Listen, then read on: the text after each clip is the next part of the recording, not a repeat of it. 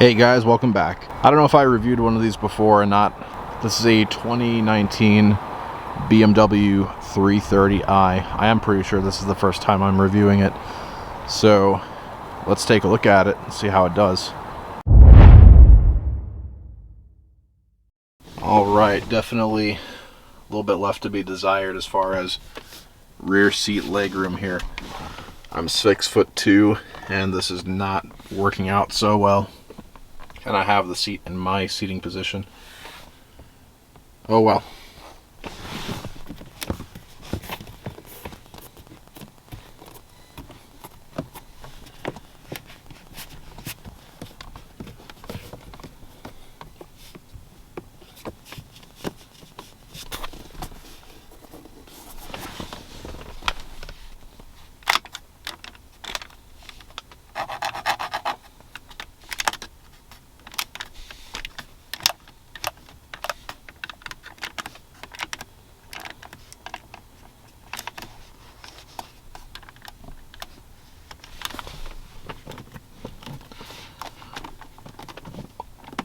Alright, so the doors are good.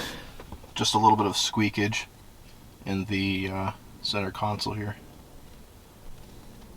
Let's check out the front.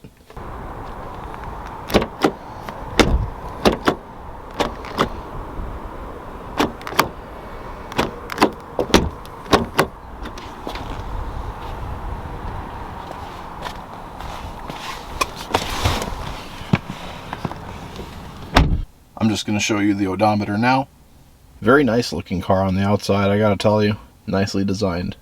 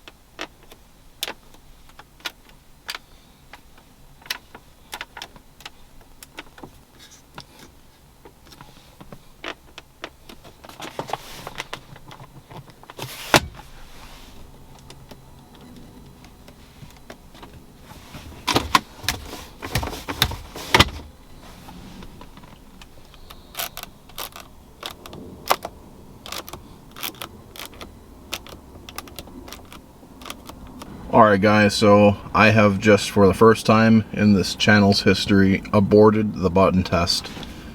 BMW is so damn weird. You turn the car off, you open the door, you close the door, and when you press any of these buttons they still do stuff and the car is supposedly turned off.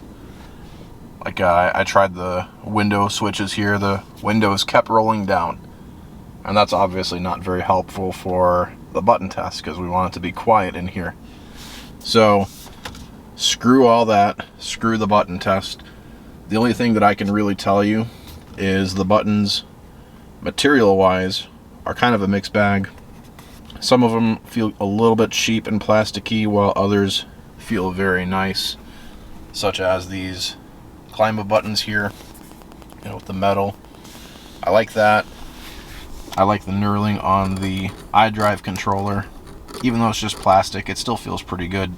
Yeah, the rest of the buttons, they're all right. They're not bad.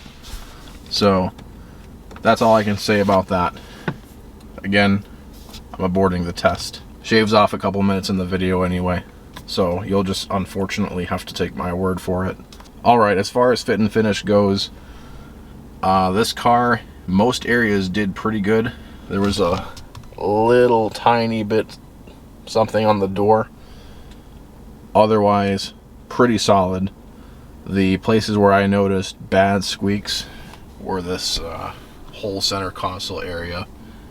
Not good. And then some squeakage on the overhead console. Those areas were kind of bad. The rest of the car was pretty solid. So I would give the fit and finish score a 6 out of 10. As far as materials go, I already talked about the buttons. The rest of the car, we have soft touch vinyl on the dash, all over the door. Even some of the lower parts too, like down here, it's a little bit on the harder side, but there's still a tiny give here. Most cars in this class, that would just be hard, crappy plastic. As far as a trim goes, I guess we have a lot of, I'm guessing, fake metal accents here. This is just plastic that's covered up to look like metal. Mercedes does the same thing, but it still looks alright. And this has wood trim. It looks nice. I have no problem with that. The seats are just a fake leather, pretty typical of this class. And then we have a cloth headliner and a plastic sun visor, also pretty typical in this class. Yeah, the materials aren't too bad, honestly, for what this car is, so I would give it a 6 out of 10 for materials. So there you guys have it. The whole car actually gets a 6 out of 10 for the interior. Please let me know your thoughts. I didn't drive this car around, actually. I mean, I just moved it in the parking lot, but I didn't take it on the road or anything. I did ride in it with somebody else, and it has good power. You know, it's the same engine from the old 328i, but I think they just upped the power a little bit. Feels okay.